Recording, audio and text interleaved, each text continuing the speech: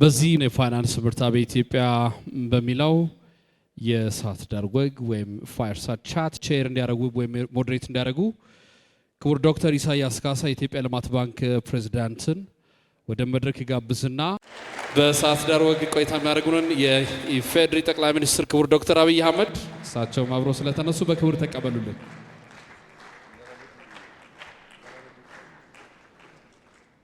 ክቡር የኢፌዴሪ ጠቅላይ ሚኒስትር ዶክተር አብይ አህመድ፣ የተከበራችሁ የዕለቱ የክብር እንግዶች፣ ክቡራትና ክቡራን፣ እንኳን የፋይናንስ ምርታ በኢትዮጵያ በሚል ወደ ተዘጋጀው በሀገራችን በስፋቱና የሴክተሩን ተቋማት በማሳተፍ ረገድ የመጀመሪያ ወደ ሆነው እንደዚሁም የሴክተሩን ተጨባጭ ምርታ ወደሚያሳየው ሁነት ብሎም ከክቡር ጠቅላይ ሚኒስትሩ ጋር ወደሚደረገው ውይይት በድጋሚ በሰላም መጣችሁ።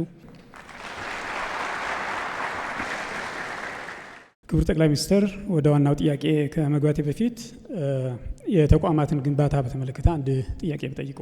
በአጭር ጊዜ ተቋቁመው በፍጥነት ወደ ስራ እየገቡ ያሉ ተቋማት በርካታ ናቸው። አንዳንዶቹ ከ3 እና 4 ዓመታት በፊት በሀሳብና በወረቀት ደረጃ እንደነበሩ የምናውቃቸው ተቋማት ናቸው። ክቡርነቶ አዳዲስ ተቋማት ማቋቋም ለምን አስፈለገ? የተቋማት ግንባታ በአጠቃላይ የነዚህ በሴክተሩ እየተገነቡ ያሉ ተቋማት በተለይ ለምጣኔ ሀብታዊ እድገትና ለማክሮ ሪፎርም እምርታ ያላቸው እንድምታ ምንድን ነው? የተቋማት ሪፎርም ተቋማት የማደራጀት ጉዳይ መነሻው ፍላጎት ነው። አንድ መንግስት፣ አንድ ኩባንያ ወይም አንድ ግለሰብ ሊያሳካ የሚፈልገው ነገር ካለ ያንን ህልሙን መፍታት የሚችለው በተቋማት ብቻ ነው። ይህንን ሲገልጹ ትሪፕል አይ ብለው ያስቀምጣሉ። የመጀመሪያው የሁሉ ነገር ስርና መሰረት አይዲያ ነው። አይዲያ ማረፊያ ተሸካሚ ይፈልጋል። አይዲያን የሚሸከመው ደግሞ ኢንዲቪጁዋል አንብቦ አድምጦ ሰምቶ በደረጀ መንገድ ከሀስከፈ ፍሰት ያለውን ሀሳብ ሰው ይሸከማል።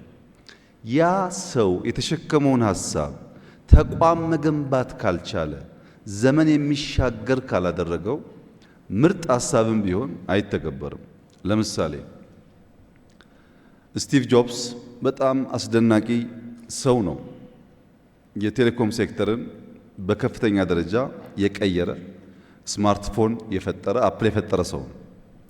ይህ ሰው አፕልን ፈጥሮ ብዙ ዓመት ሳይቆይ በገጠመው የበሽታ እክል ሞተ። አፕል የሚባለው ኩባንያ ባይኖር ኖሮ እሱ ራሱ የማያውቃቸው አዳዲስ ሲስተሞች ተሻሽለው ዘምነው ዲዛይኑ አድጎ አሁን የምንገለገልበት የሴልፎን ቱል አይኖርም ማለት ነው። ኢንስቲትዩሽን ማለት ሀሳቦቻችን ከኛ ባሻገር ከኛ በኋላ ለብዙሃን መድረስ እንዲችሉ የሚያስችል ጉዳይ ነው። ተቋም ውስጥ አንኳር መታየት ያለባቸው ጉዳዮች አሉ። አንደኛው ተአማኒ ነው ወይ? ኢንስቲትዩሽኑ በሕግ የተቋቋመ በሕግ የሚሰራ በሚስተናገሩበት ተዋናያን በሙሉ የሚታመን ነው ወይ? ግልጽነት አለ ወይ? ተጠያቂነትስ አለ ወይ? ለመቀጠል የሚያስችል መሰረት አለ ወይ? ቦክስ መሆኑ ብቻ ሳይሆን ያ ቦክስ ክላሪቲ ያለው ሆኖ የተደራጀ ከሆነ አንደኛ ሬዚሊየንት ይሆናል፣ አዳፕቲቭ ይሆናል። በቀጣይነት ራሱን እያስተማረ ራሱን እያሻሻለ ያ ሲጀመር ሐሳብ የተባለውን ነገር ብዙሃን ጋር እንዲደርስ ይችላል ማለት ነው። በእኛ ሁኔታ የፋይናንሻል ሴክተርን ለመለወጥ ሆም ግሮን ሪፎርም አጀንዳ አንድን ስንጀምር ተቋሞቻችን አይተን ነበር። አንዳንዶች ተቋሞች አሉ፣ ነገር ግን ሪኢንጂነሪንግ ይፈልጋሉ። ተቋሞቹ አሉ፣ በፖሊሲ በስትራቴጂ በአመራር በአሰራር መዘመን አለባቸው። አንዳንዶች ተቋማት ደግሞ ሊኖሩን ሲገባ በሚያሳዝን ሁኔታ አልተፈጠሩም። ለምሳሌ የካፒታል ገበያን ብንወስድ ኢትዮጵያን የሚያክል በአፍሪካ ትልቅ ሀገር፣ ትልቅ ኢኮኖሚ የሚያንቀሳቅስ ሀገር እንዴት ሳይኖረው ቆየ? ሩቅ ሳንሄድ ለምን ከኬንያ መማር አቃተው? ለምን ከናይጄሪያ መማር አቃተው? ምን ሆነን ነበረ የሚል ጥያቄ ያስነሳል። በሌሎቹም ሶቨሬን ዌልዝም እንደዚሁ በጣም ኢምፖርታንት ተቋም ነው። ቅድም ተገለጸው አልነበረንም። እነዚህን ባሉን ተቋማት ሰክተን ሐሳባችንን ማስቀጠል ስለማንችል በአዲስ መልክ እንዲዋቀሩ ሆኗል። አዳዲስ ፊቶች፣ አዳዲስ አመራሮች፣ አዳዲስ አሰራሮች ይዘው መጥተዋል። የኢትዮጵያ ኢኮኖሚ እየዘመነ ባለበት መንገድ እንደዚህ ያሉ ተቋማት ካልተገነቡ በስተቀረ ሐሳቡ ተሻግሮ ትውልድ ላይ ኢምፓክት ሊያመጣ ስለማይችል የተቋም ግንባታ ያሉትን ማዘመን፣ የሚጎሉትን መሙላት፣ ዘመን በሚዋጁበት አግባብ መስራት እና ማዘጋጀት ህልም ካለው ማንኛውም ኩባንያ ሀገር የሚጠበቅ ተግባር ስለሆነ እኛም በዚያው መንገድ ነው ተቋማት ግንባታ ላይ አተኩረን የሰራ ነው። እዚህ የቀረበው ብቻ አይደለም። ሎ ኢንፎርስመንት ኤጀንሲስ ቢኬድ ልክ እንደዚሁ አስደናቂ አዳዲስ ተቋማትም የነበሩም አሉ።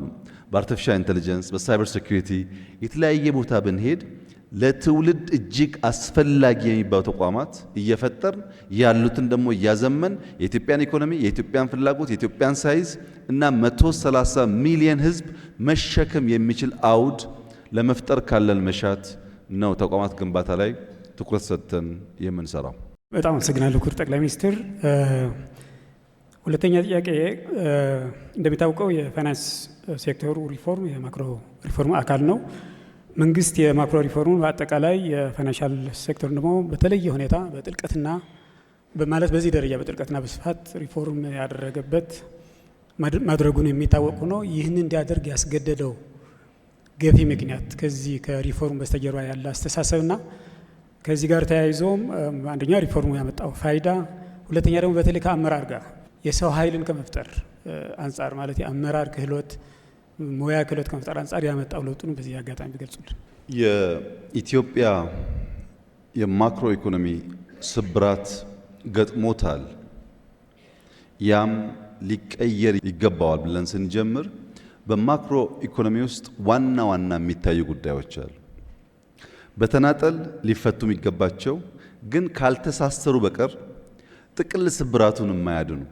ማክሮ ስንል ለምሳሌ ኢንፍሌሽን ሊነሳ ይችላል። ኢንፍሌሽን ላይ ያለው ችግር ብዙ ተዋንያን ማሳተፍ አለበት። ከምርት ማብዛት ጀምሮ በዋጋ ተመን ውሳኔ ጭምር ኢንፍሌሽን አፌክት ሊደረግ ይችላል። ናሽናል ባንክ ወይም የገንዘብ ሚኒስቴር የሚያጥራቸውን ገንዘብ ከሚያገኙበት ቦታ እና ገንዘብ የሚያፈሱበት ልክም ኢንፍሌሽንን ሊጎዳው ይችላል። አንድ አንጓ ነው። ኢምፕሎይመንት ሁለተኛው በማክሮ ስብራት ውስጥ መታየት ያለበት አንጓ ነው። ኢምፕሎይመንት ጤናማ የሆነ ከሄደ ጉልበት አላግባብ ሳይከስር አምራች የሆነ ትውልድ በተገቢው እየሰራ ሀብት እያባዛ እንደሄደ የሚያሳይ ነው። ኢምፕሎይመንት ሊፈጠር የሚችለው ኩባንያዎች ሲፈጠሩ ነው። ኢምፕሎይመንት ሊፈጠር የሚችለው ሀሳብ ገንዘብ አግኝቶ ሰው መቅጠር ሲችል ነው። የተያያዘ ጉዳይ ነው፣ ለየብቻ የሚታይ አይደለም። የትሬድ ባላንስ ሀገራት ወደ ውጭ በመሸጥ የሚያገኙት ሀብትና ወደ ሀገር ውስጥ በማስገባት የሚያገኙት ሀብት መካከል ያለው ልዩነት በማክሮ ኢምባላንስ ውስጥ ሊታይ ይችላል። እነዚህ ጉዳዮች ሊታረቁ የሚችሉት ማክሮ ባልነው ስብራት ውስጥ አንድ ግን ደግሞ የአንበሳውን ድርሻ የሚወስደው የፋይናንሻል ሴክተር ነው። ፋይናንሻል ሴክተርን ሳታርቅ እነዚህን ጉዳዮች ልትፈታ አትችልም። ፋይናንሻል ሴክተሩ ለማክሮ ስብራቱ ከፍተኛ ድርሻ ነበረው። መልሰን ልናርቅ ስንፈልግም ፋይናንሻል ሴክተሩን እያንዳንዷን በተን ፈትሸን መግራት ካልቻልን በስተቀር ያ የምንለውን ስብራት ልንቀርፍ አንችልም። ለምሳሌ አንዱ በፋይናንሻል ሴክተር ያለው ችግር ጥራት ያለው ሰርቪስ ነው። አንተም እንደምታውቀው ሁላችሁም እንደምታውቁት ደሞዝ ወስጄ ለእናቴ 100 ብር ለመላክ ብፈልግ መጀመሪያ መደወል አለብኝ ባንክ ቤት ሂጂ ብዬ። ከዛ ባንክ ቤት መሰለፍ አለብኝ። 100 ብር እኮ ነው። ሰልፍ ወረፋ ከበዛ ደግሞ ከሰዓት ና ልባል እችላለሁ። ከሰዓት ደግሞ ተመልሼ ካስገባው በኋላ ፋክስ ተበላሸ ሊባል ይችላል። ከሁለት ቀን በኋላ ደውዬ ደረሰሽ ማለት አለብኝ። ለ100 ብር ጊዜውና ገንዘቡ ኤፊሽንት አይደለም፣ ጥራት ያለው ሰርቪስ አይደለም የሚሰጠው። አሁን ግን አንድ ሰው ኢትዮጵያ ውስጥ ብቻ ሳይሆን ከኢትዮጵያ ውጭ ያለ አንድ ወዳጅ የኔን የኤሌክትሪክ ቢል መክፈል ቢፈልግ በቀላሉ መክፈል ይችላል። ያ ባለው ተቋም ባለው ሀብት ላይ ጥራትና ዘመናዊነት መላበስ በራሱ ኤፊሽንሲን ያሳድጋል። አንዱ ነው ይሄ። ሁለተኛው ኢትዮጵያም ውስጥ ሌሎችም ሀገራት የፋይናንሻል ፍላጎትና አቅርቦት አይመጣጠንም። የግል ኩባንያ ለመበደር የሚፈልገው ብዙ ሀብት ነው። ሀሳብ ያላቸው ኢንተርፕሪነርስ ገንዘብ ይፈልጋሉ። የፋይናንሻል አቅርቦቱ ግን በቂ አይደለም። ያንን ለማጥበብ አማራጭ የፋይናንስ ሶርሶች ማበጀት ይፈልጋል። ለዚህም ፋይናንሻል ሴክተሩ መታየት አለበት፣ መፈተሽ አለበት፣ መዘመን አለበት። አውቶሜሽን አስፈላጊ የሚሆንበት ዋናው ምክንያት ፕላትፎርም መፈጠሩ ብቻ አይደለም። ፋክስ 100 ብር ስልክ ስለሚያዘገየኝ አሁን በስልክ ላርግ ብዬ በስልክ ስልክ ደግሞ 190 ሆኖ የሚደርስ ከሆነ ችግር ነው። የላኩት 100 ሆኖ እንዲደርስ ያ ፕላትፎርም ሴፍ መሆን አለበት። ያን የሚያረጋግጥ ተቋም ደግሞ ያስፈልጋል ማለት ነው። በሌላም ኤግዛምፕል ለማየት ታስታውሳላችሁ፣ የዛሬ 10-15 ዓመት የ15 ብር የ30 ብር የሞባይል ኤርታይም ካርድ ስንገዛ ሱቅ እንሄዳለን፣ ካርድ እንገዛለን። ሱቅ በእኛ አቅራቢያ ከሌለ ታክሲ እንይዛለን፣ ሁሉም ቦታ ስለሌለ ስለማይገኝ። አሁን ግን ቤት ተቀምጬ ኤርታይም ከጎደለኝ እኔም ቨርቹዋሊ ገዛለሁ። እኔ ገንዘብ ባይኖረኝ አንተም ልትገዛልኝ ትችላለህ። ይሄ ምን ማለት ነው? አንድ ሲኒየር ሰው በአቅራቢያው ልጆች ባይኖሩ፣ አጋዥ ሰው ባይኖረው፣ የሱ ልጅ ካለበት ሀገር ከኬንያ ኤርታይም ሞልቶለት ቨርቹዋሊ ፒዛ ቢያዘለት በዴሊቨሪ ቤቱ ቢመጣ ያ ሲኒየር ሰው አጋዥ ሳይኖረው ቁርስ ምሳውን በላ ማለት ነው። ይህንን ጉዳይ ማሳካት የምንችለው ፋይናንሻል ሴክተሩ የእያንዳንዱን ሰው ፍላጎት ተረድቶ መፍታት ሲችል ነው። በማክሮ ሌላ ያየነው ጉዳይ ዕዳ ነው። ሀገራዊ ዕዳ። ኢትዮጵያ ኳሊቲ ግሮዝ አልነበራትም። ኢትዮጵያ ውስጥ የነበረው እድገት ኮመርሻል ሎን ከውጭ በማምጣት ያንን ኢንፍሎ ያደረገን ካፒታል በማስላት የነበረ እድገት እንጂ የሰው ህይወት፣ የሰው መንደር፣ የሰው ኔበርሁድ በሚቀይር አግባብ አልነበረም። ዕዳ ነበረብን። ያ ዕዳ ደግሞ አስቸጋሪ የሚያደርገው ለምሳሌ ዩሮ ቦንድ ብንወስድ 1 ቢሊዮን የሚጠጋ ዩሮ ለኢትዮጵያ አበድረዋል። ገንዘባቸውን ሳይቀበሉ ቆይተው ባለፉት ጥቂት ዓመታት እንደሰማችሁት አንድ ጊዜ ያን 1 ቢሊዮን ክፈሉን አሉ። በአንድ በኩል ሪዘርቭ የለም ተመናምኗል፣ በሌላ በኩል ኤክስፖርት ደካማ ነው። ሳናስተውል ያመጣነው ሀብት ምን ላይ እንደዋለ ማናቀው ሀብት ደግሞ ዕዳ ክፈሉ ተብለናል። ይሄን አጣብቂ ለመፍታት የዕዳ ሪስትራክቸር የምንለው ከፋይናንሻል ሴክተር ሪፎርም ተለይቶ ሊታይ አይችልም። እዛ ውስጥ ነው ንግድ ባንክ በከፍተኛ ዕዳ ወገቡ ጎብጦ የኢትዮጵያ ፋይናንሻል ሴክተር ሊወድቅ ይችላል የተባለው። ያ ዕዳ በውጭ ብቻ ሳይሆን በሀገር ውስጥ ደግሞ ብንመለከት ለምሳሌ የኢትዮጵያ መብራት ኃይል ከሪፎርሙ በፊት 99% የኢትዮጵያ መብራት ኃይል ዕዳ ነበር። 99% መሸጥ እንኳን አንችልም። ስለ ትርፉ ተውት።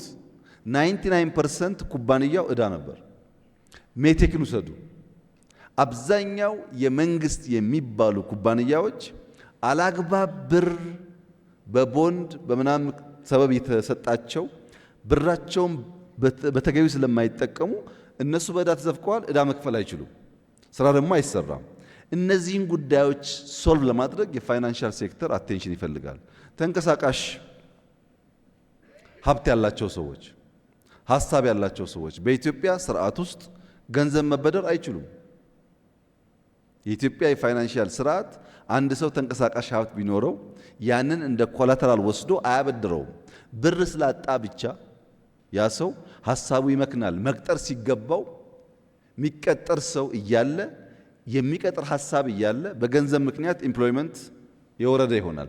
የተሳሰሩ ጉዳዮች ናቸው ማለት ነው። ዶላር የፕራይቬት ባንኮች ከሰበሰቡ በኋላ ለናሽናል ባንክ ያን ዶላር መስጠት ግዴታ ስላለባቸው አንጠቀምበትም በሚል እንዝላል መሆን ብቻ ሳይሆን ኢሌጋል የሆነ ስርዓት እንዲከተሉ ያደርጋቸዋል። ይሄ ሲሰናሰል የፋይናንሻል ሴክተሩ እያንዳንዱ በተን በማክሮ ሌቨል ባለ ችግር ታይቶ ካልተፈታ በስተቀር ኤኒ ሾክ፣ ለምሳሌ ኮሮና ሊሆን ይችላል፣ ድርቅ ሊሆን ይችላል፣ ጦርነት ሊሆን ይችላል። ኤኒ ሾክ መጥቶ ኢኮኖሚውን ሲያናጋ ያ ኢኮኖሚ እነዛን ችግር ተቋቁሞ ሀገርና ሕዝብ ሊያሻግር አይቻለውም። በዚያ ምክንያት ነው የፋይናንሻል ሴክተርን ማረቅ ማስተካከል የማክሮ ስብራትን ከመፍታት አንጻር ከፍተኛ ድርሻ ስላለው የተለየ ግምት ሰጥተን የሰራ ነው። ሪፎርሙ አመራርና ፕሮፌሽናሊዝምን ከማሳደግ አንጻር ያለው ሚና በተወሰነ መልኩ እንግዲህ ማንኛውም ተግባራዊ ስራ ሰው ይፈጥራል። ማንኛውም አንድ ሰው እንዴት ሳይክል እንደሚነዳ 15 ሰዓት ብናስተምረው 5 ደቂቃ ሳይክል መንዳት አይችልም። 15 ሰዓት ካስተማርነው በኋላ ምናልባት 5 ሰዓት ደግፈን ማለማመድ ይኖርብናል። ሳይክሉን በተሟላ መንገድ ባላንስ ጠብቆ መንዳት እንዲችል። ወደኛ ሲመጣ እያንዳንዱ ቀን ትምህርት ነው። እያንዳንዱ ፈተና ለትምህርት ግብዓት ነው።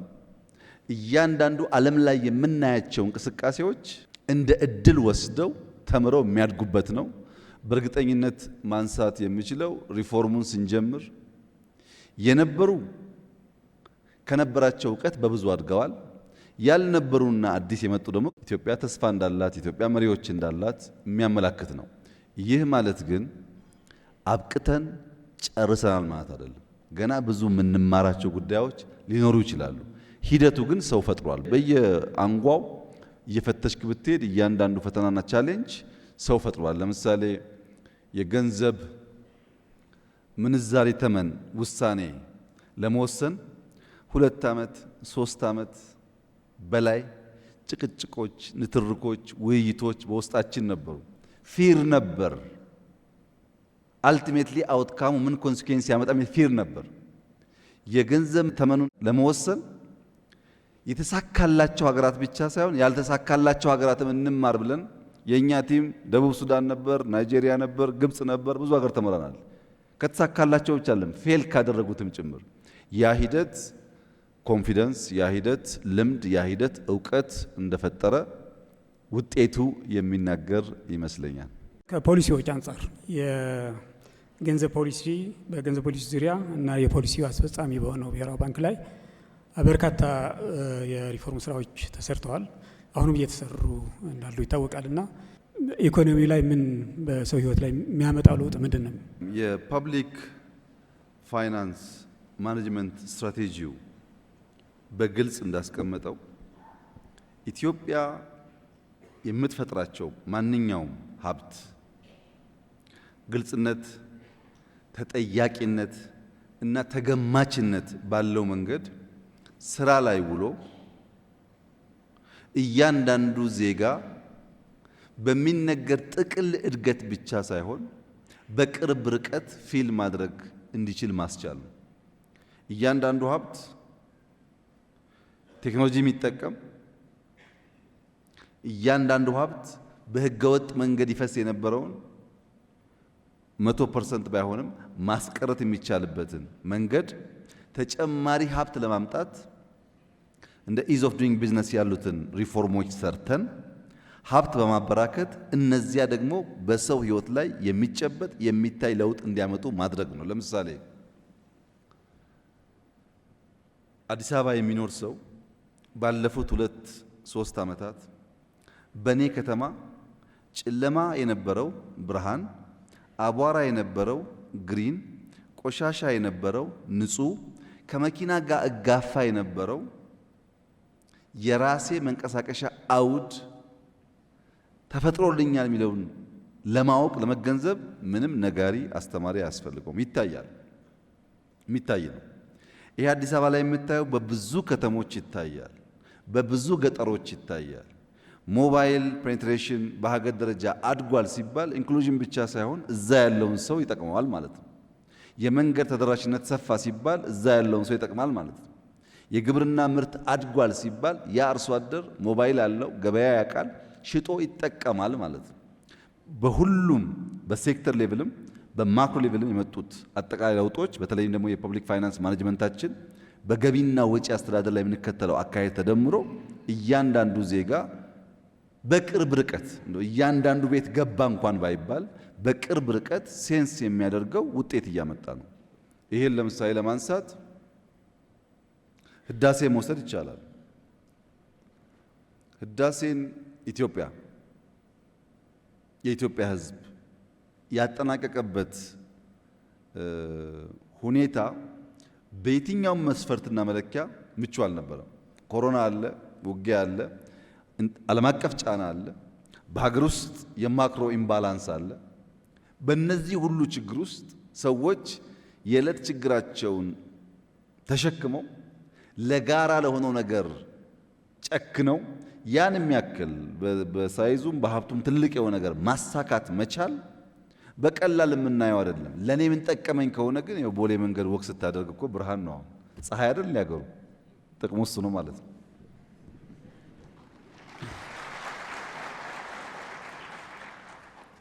በታክስ ስርዓት፣ በታክስ አሰባሰብ፣ በበጀት አስተዳደር እንዲሁም ብድርን ከማስተዳደር አንጻር ብዙ ስራዎች ተሰርተዋል፣ ብዙ እርምጃዎችም ተወስደዋል። ከዚህ ጋር በተያያዘ መንግስት በተመሳሳይ በጀቱን ከበጀት አስተዳደር ጋር በተያያዘ አስተዳደር በጀቱን በመቀነስ የልማት በጀቱን የካፒታል በጀት በማሳደግ ፖሊሲ እየተከተለ መሆኑ ይታወቃል። ይሄ በእነዚህ ተቋማት በሁለቱም ተቋማት ላይ እና በአሰራር ስርዓቱ ላይ የተደረጉ ሪፎርሞች ከመልካም አስተዳደር ከስራ ቅልጥፍና አንጻር በፊስካል ፖሊሲ ማዕቀፉ ዙሪያ የተደረጉ ለውጦች ምን ያክል ነው ወደ መሬት የወረደ ፋይዳ ያመጡት የሚለው ነገር ተወሰነ። ፋይዳው ለምሳሌ ገቢዎችን ብንወስድ ኦቶሜት ማድረግ በመቻላቸው የታክስ ቤዝ ማስፋት በመቻላቸው ባለፉት 6 ወራት 709 ቢሊዮን ብር አስገባን ሲሉ ከለውጡ በፊት የነበረውን 6 ወር አይደለም 6 ዓመት ብንደምር የ6 ዓመት የኢትዮጵያ ገቢ 595 ቢሊዮን ነበር። ከ6 ዓመቱ ገቢ የ6 ወሩ ገቢ በ115 ቢሊዮን ብር ይበልጣል።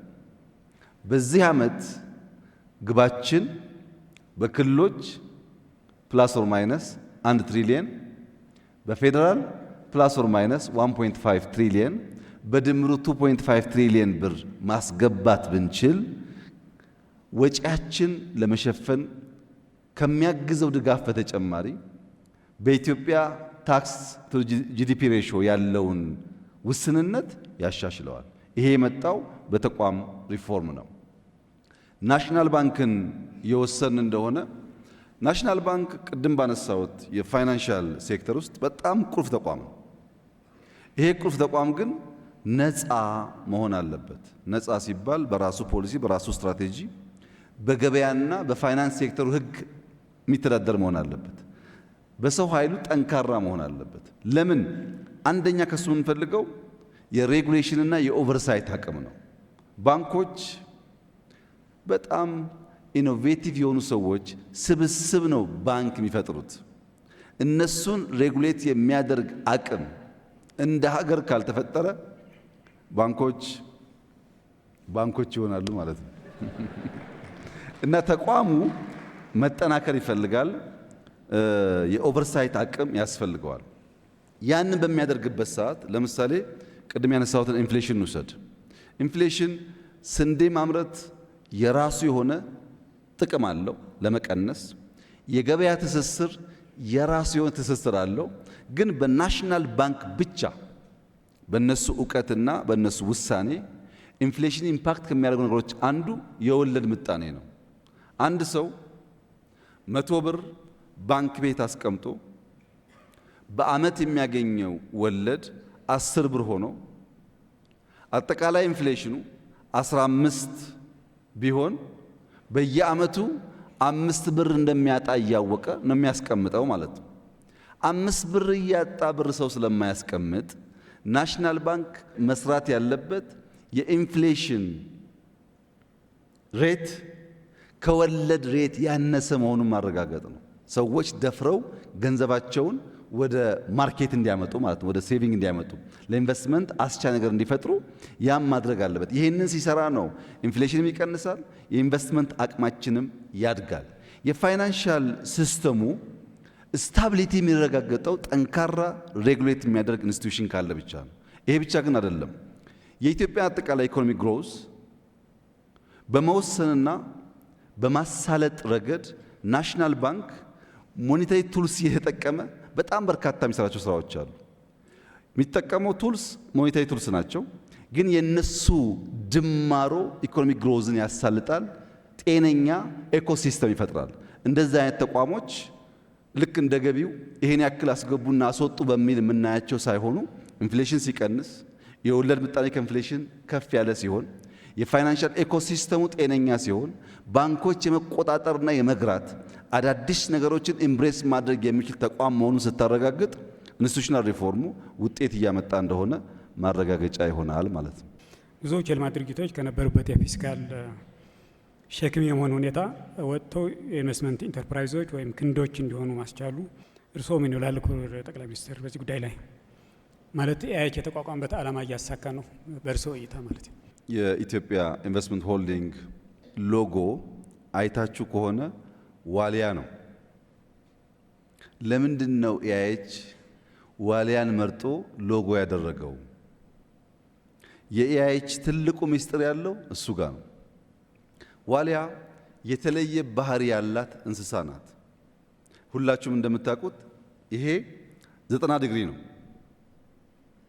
ዋሊያ 89 ዲግሪ ላይ ቅጠል ካየች ሪስክ ትወስዳለች። 89 ዲግሪ ላይ እዚህ ላይ ሰው አይቆምም እንደምታውቁት፣ ሌላውም እንስሳት ይጠነቀቃል። ዋሊያ ግን በጣም መቆም በማይቻልበት አስፈሪ ቦታ ላይ ዘላ ያያየችውን ነገር ቀንጥሳ ትወስዳለች። ኤአይች እንደሱ ነው፣ ቀንጣሽ ማለት ነው። ኤአይችን ለማቋቋም የፈለግንበት ዋናው ምክንያት ትልቅ ሀብት፣ ትልቅ መሬት፣ ትልቅ የሰው ኃይል የያዙ የመንግስት ኩባንያዎች ባለቤት እንደሌለው ትጉ ባልሆኑ ሰዎች፣ ራዕይ በሌላቸው ሰዎች፣ አብዛኛው አክሳሪ፣ ግብር የማይከፍል፣ ወጪና ገቢው የማይታወቅ በጣም አሳዛኝ የሀብት ብክነት ነበር። በአንድ በኩል ችግር አለ፣ በሌላ በኩል ደግሞ ብክነት አለ። ያንን ነገር በኮርፖሬት ባህል፣ በቢዝነስ ባህል የሚመራ ተቋም ፈጥረን እያንዳንዱን የመንግስት ኩባንያዎች ትርፋማ ማድረግ እንቻል ነው። እሱ ብቻ ግን አይደለም፣ ዳይቨርሲፋይ የምናደርግ ነው። ለምሳሌ በክሪፕቶ ማይኒንግ ትላልቅ ኩባንያዎች ጋር ስራ ጀምሯል። በጥቂት ዓመታት ከፍተኛ ትርፋማ እንደሚሆን ይጠበቃል። ኢትዮጵያ ላለፉት ምናምን ዓመታት ወርቅ ቆፍራ አፈር ነው የምትሸጠው። ለመጀመሪያ ጊዜ የወርቅ ሪፋይነሪ ኤአይች ለኢትዮጵያ እየገነባ ነው። በጥቂት ወራት ውስጥ እንደሚጨርስ ተስፋ ይደረጋል። ይሄ በጣም ብዙ ሀብት ያስቀራል፣ ያመጣል። ይሄ ብቻ አይደለም። እስከ ዛሬ ድረስ ኢትዮጵያ ገንዘቧን፣ የገንዘብ ኖቷን ፕሪንት የምታደርገው የተለያየ ሀገር በመሄድ ነው። ይሄ አደገኛ ነገር ነው። እነዚህ ሀገራት ለኛም ለሌላውም የመስጠት የሞራል እንጂ ምንም የምንቆጣጠርበት መንገድ የለም።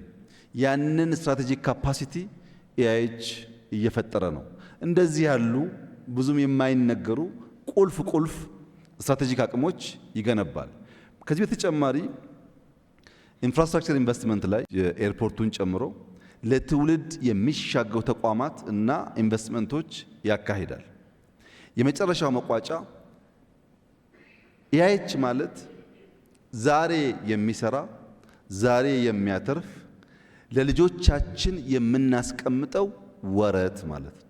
ኢትዮጵያ እንደ ኖርዌይ እንደ ዩኤኢ እንደ ኩዌት ትልቅ ሶቨሪን ዌልዝ ገንብታ ልጆቻችን እንደዚያና እንደዚህ ያለ ችግር ቢመጣ ለዚህ ያክል ዘመን ሊያበላቸው የሚችል ሀብት አላት ብሎ መናገር የሚያስችል አቅም ለመፍጠር ነው።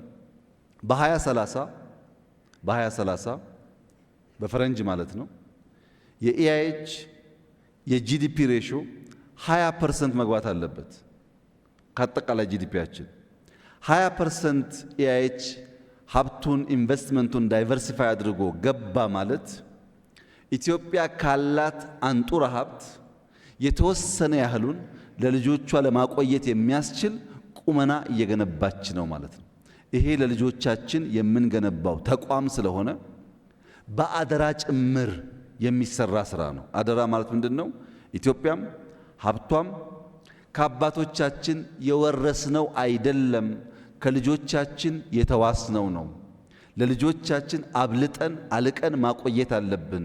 ልጆቻችን ያው ሰሞኑን እንዳያችሁት ነው ሰርተው መመገባቸው የሚያሰጋ ጉዳይ ነው። ምግብ ካላዘጋጀን በስተቀር አደጋ ውስጥ እንገባለን ለማለት ነው። ቀጥሎ ያለው ጥያቄ ከካፒታል ገበያ ጋር በተያያዘ ነው።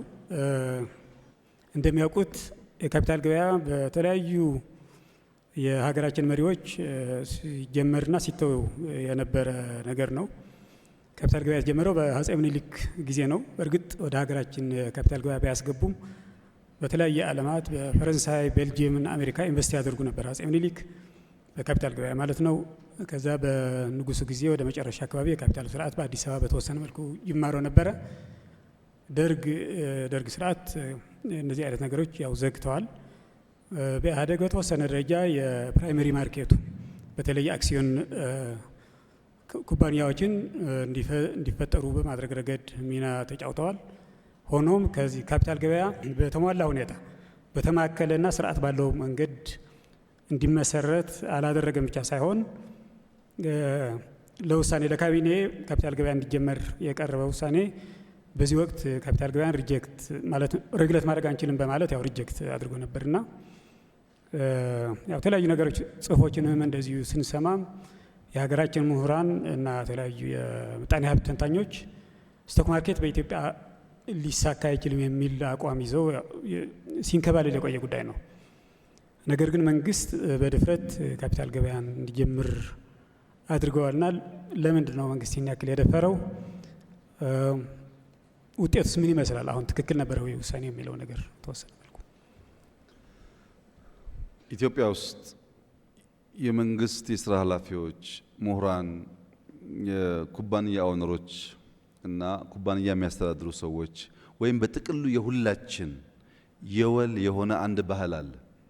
አዲስ ነገር ሲመጣ እንወቀውም አንወቀው ማራከስ፣ መሸሽ፣ አለመጋፈጥ ማንኛውም ጉዳይ ሲመጣ ነው።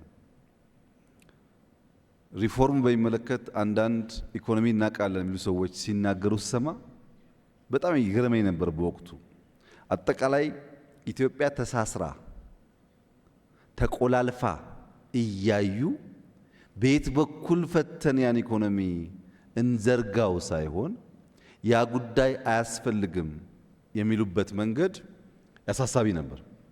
ለምሳሌ ኤአይ እንውሰድ። ሁላችንም እንደምናውቀው የዛሬ 100 ዓመት ገደማ ሰዎች በጋማ ከብት ወይም በጋሪ ወይም በሰዓት 10 እና 15 ኪሎ ሜትር የሚጓዝ መኪና ይገለገሉ ነበረ። ዛሬ በሰዓት 200 መኪና ሹፌር የማያስፈልገው በጣም ፈጣን በጣም ምቹ መኪናዎች አሉ። እድገት አለ ማለት ነው። አውሮፕላን ብንወስድ ልክ እንደዚሁ የሚታይ እድገት አለ። አንድ ቤት ለመገንባት የሚወስድብንን ጊዜ ብንወስድ ትናንትና ዛሬ የሚታይ እድገት አለ። ዛሬ በወር በሁለት ወር ትላልቅ ህንፃ ይገነባል። ይሄን እያየ አቃለው የሚል ሰው ልጆቻችን ነገ ሊወዳደሩ የሚችሉበትን አውድ አሁን ቀድመን ካልፈጠርን ብሎ ማሰብ ሲገባው ኤአይ ለኢትዮጵያ ቅንጦት ነው ይላል።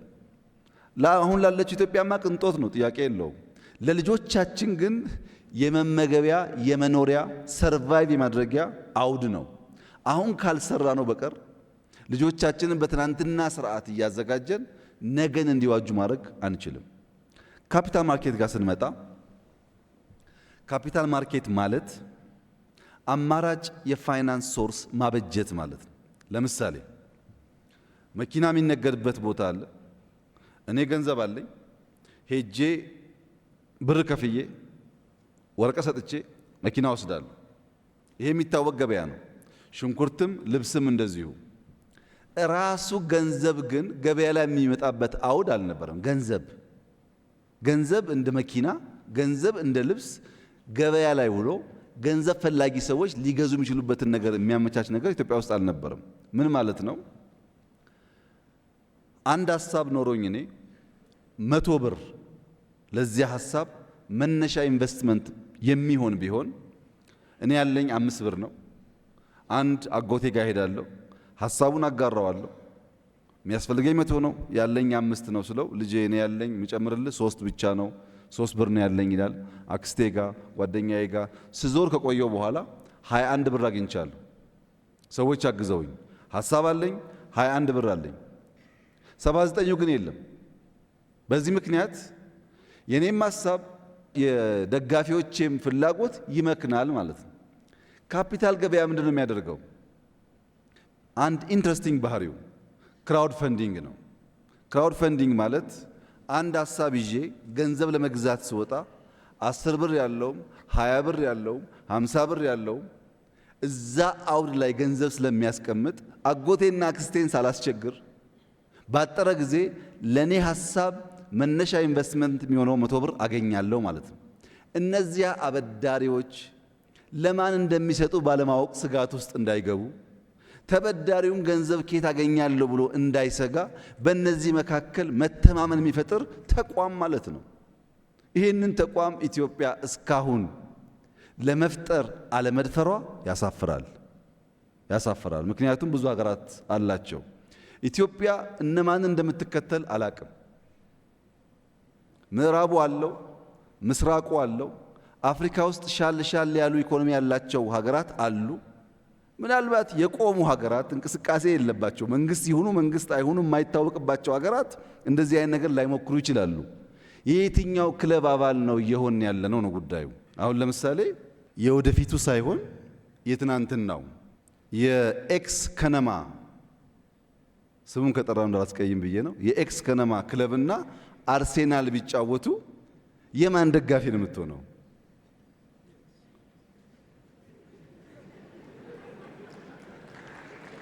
እና በእኛ ሁኔታ ካፒታል ማርኬት በጣም የዘገየ ጉዳይ ነው። ሊኩዊዲቲን የሚያሳድግ ነው።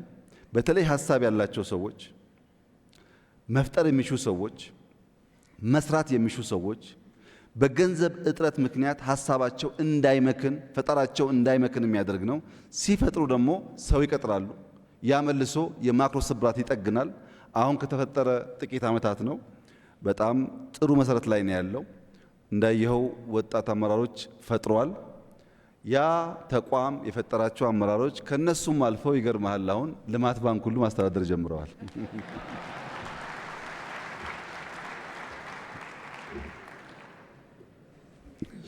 በጣም አመሰግናለሁ። 3-4 ጥያቄዎች እንቀበላለን ለክቡር ጠቅላይ ሚኒስትር የሚቀርቡ። ስሜ ናትናኤል አብርሃም ይባላል። እዚህ ስለተገኘው እጅግ በጣም አመሰግናለሁ። ጥሩ ፕሬዘንቴሽን ነበር። የኔ ጥያቄ ከአንድ ጨዋታ ነው የሚጀምረውና አንድ አጎቴ የነገረኝ ታሪክ ነው። አንድ ሰውዬ ከአንድ ሀገር ወደ አንድ ሀገር መጓዝ ይፈልግና ይመሽበታል። ሲመሽበት አንድ ባለሀብት ቤት ይሄድና ማደሪያ ይጠይቃቸዋል። ማደሪያውን ሲጠይቃቸው ጥበቃው ይመጣና አላቅህም እኮ እንዴት አሳድረሃለሁ ይለዋል።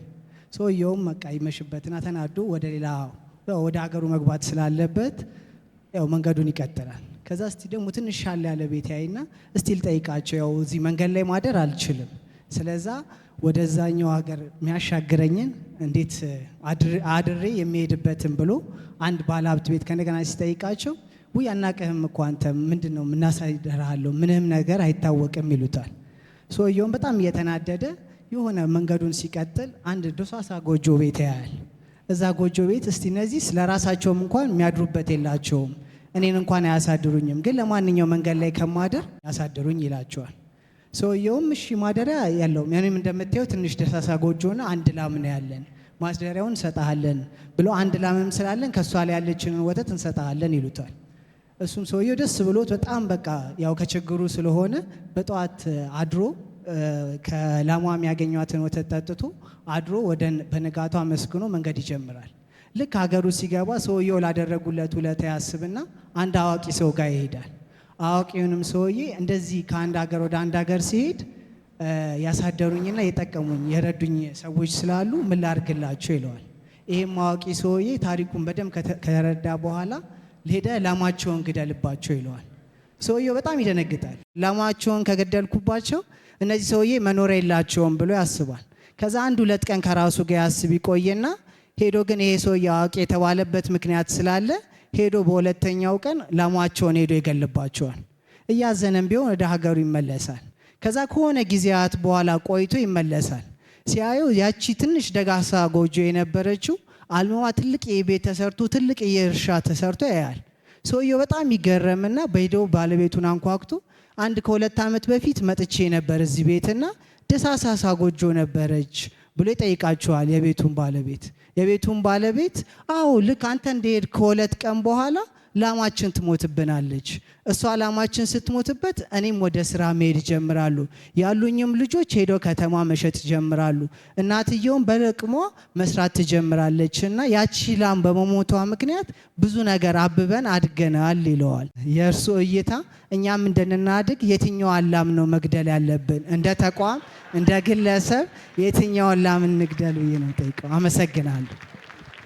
በተሰጠኝ እድል በጣም አመሰግናለሁ። ኑራ መሐመድ እባላለሁ ከሳፋሪኮም ኤምፔሳ ነው። በተለያየ ጊዜ በተቋሞቹ በሚቀርቡት ፕሬዘንቴሽኖችም ባለውም ሪፎርም በኢትዮጵያዊነታችን ድንኮራ አድርጎናል። ኢትዮጵያ ተስፋ ያላትና ከፍታ ላይ ያለች እውነት ነው። ስታንዳርዳችን ራሱ እንደ ኢትዮጵያዊ ከፍ ማለቱን ከልቤ አምኜ ሁላችንም እንድንኮራ ያደርገናልና እኛም ያለንበት ተቋም አንዱ የሪፎርሙ አካል ስለሆነ አሁን ላይ ሁሉም ነገር የተስተካከለና አንዳንድ ፖሊሲዎች አፈጻጸማቸው ስለሚዘገይ ነው እንጂ ኮምፕሌን የሚኖሩት አፈጻጸማቸውንም ባለው በተቋሙ አቅም በአሁን ሰዓት መፈጸም የሚቻልበት ደረጃ ላይ ስላለ በጊዜ አፈጻጸሙ ጊዜ ሳይፈጅ ቢሆን እኛም እንደ ተቋሙ ሰራተኞች ውጤታማ እንሆናለን ብዬ አስባለሁ። በጣም አመሰግናለሁ። ክቡር ፕራይም ሚኒስተር እድሉን ስላገኘው በጣም አመሰግናለሁ። ብሩታዊት ዳዊት አብዲ እባላለሁ ከወጋገን ካፒታል ኢንቨስትመንት ባንክ። ጥያቄ ስለ ዳያስፖራ ነው። ብዙ ዳያስፖራዎች ኢትዮጵያ ውስጥ ይኖራሉ። እዚህ ነው የሚሰሩት፣ የሚያገኙት በብር ነው ኦር በሪታየርመንት ፋንዳቸው የሚኖሩ ናቸው። እኔ አሁን ብዙ ጥያቄ አገኛለሁ።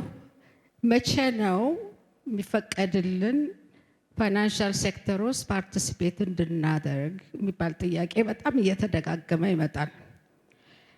እኔም ጠይቄያለሁ እና የተሰራ ነው ስለሚባል በጣም ብዙዎቹ they are really desperate to participate እና ይሄ ነገር መፍትሄ በቅርቡ የሚገኛል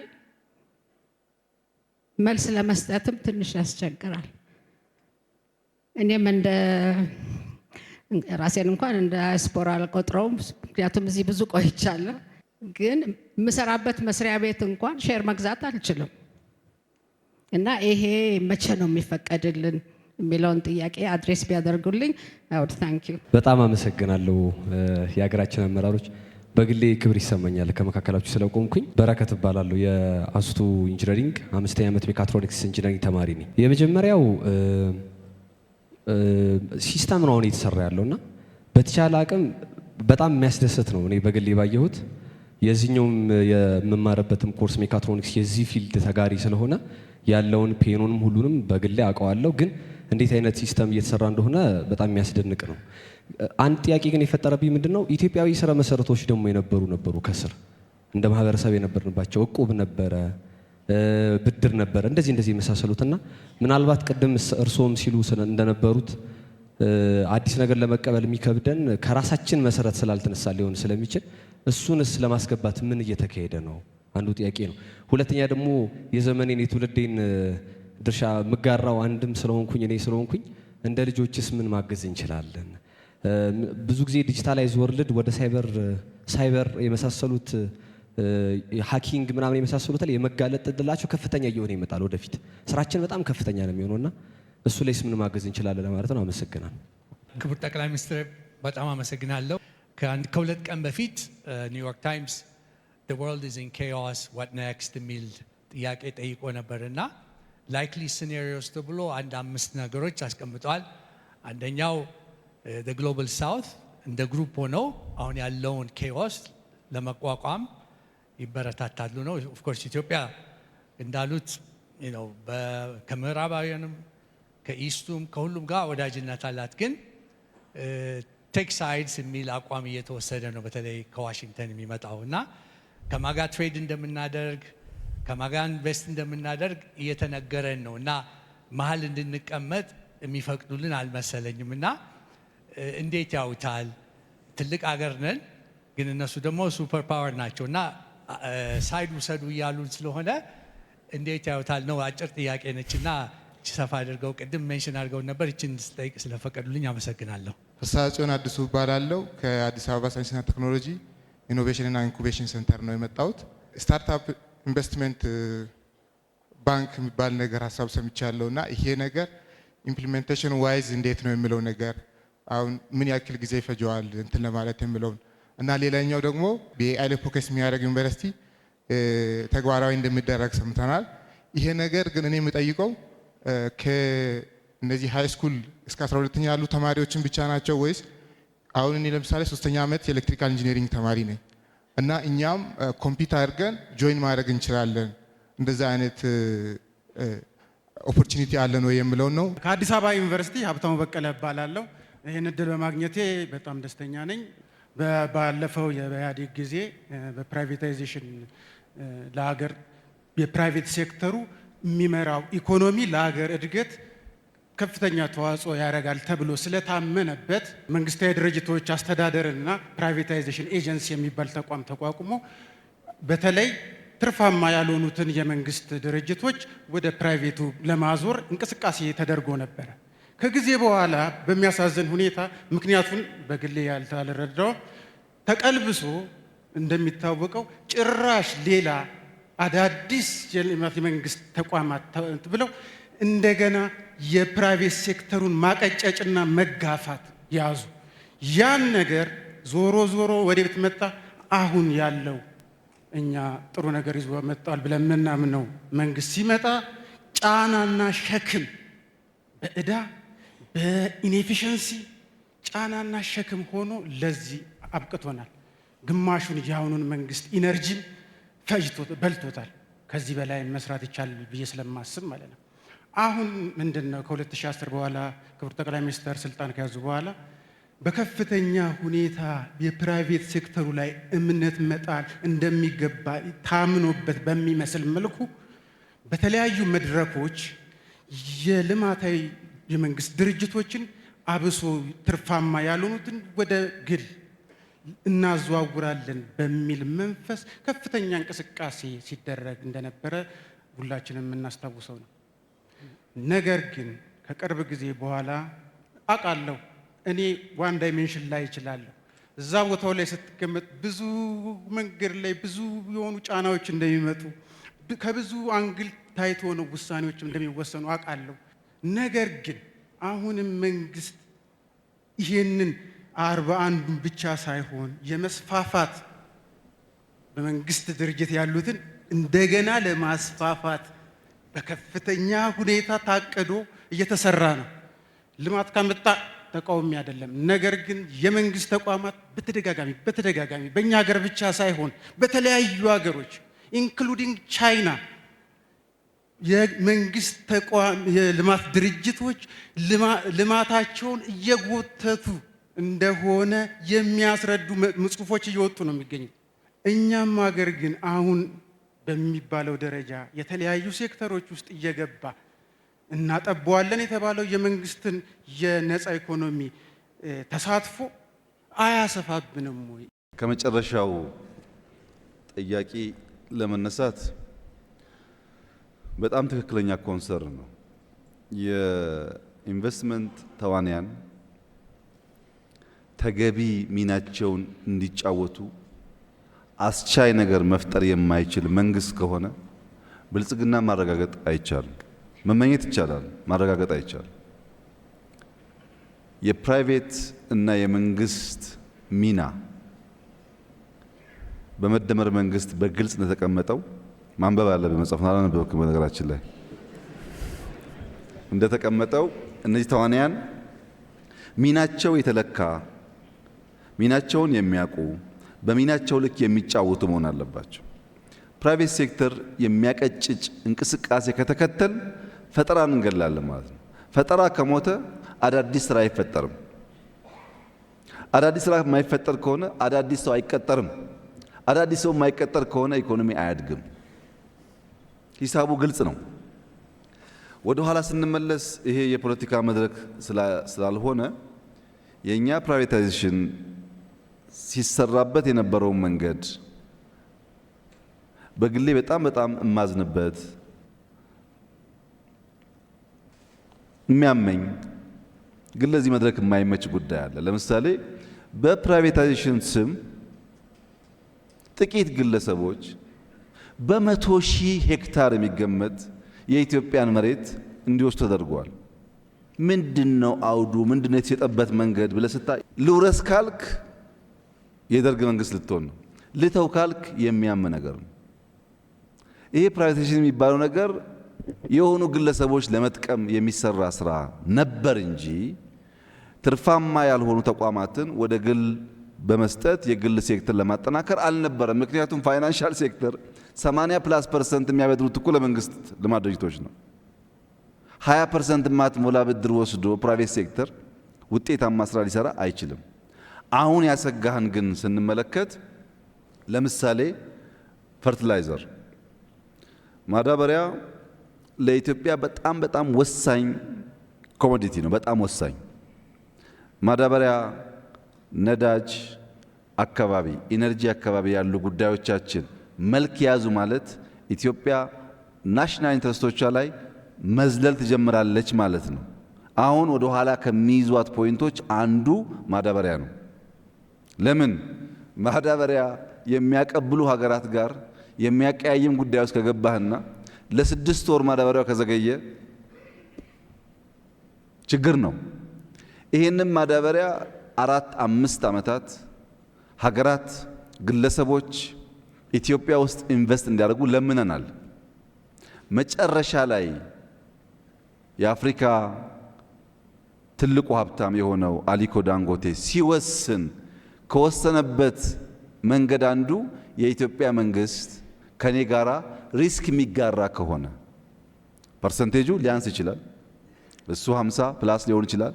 ግን ሪስክ የሚጋራ ከሆነ ብቻ ነው ኢንቨስት የማደርገው። አንደኛ ሪሞት ኤሪያ ነው፣ ሁለተኛ ገበያው አያስተማምንም።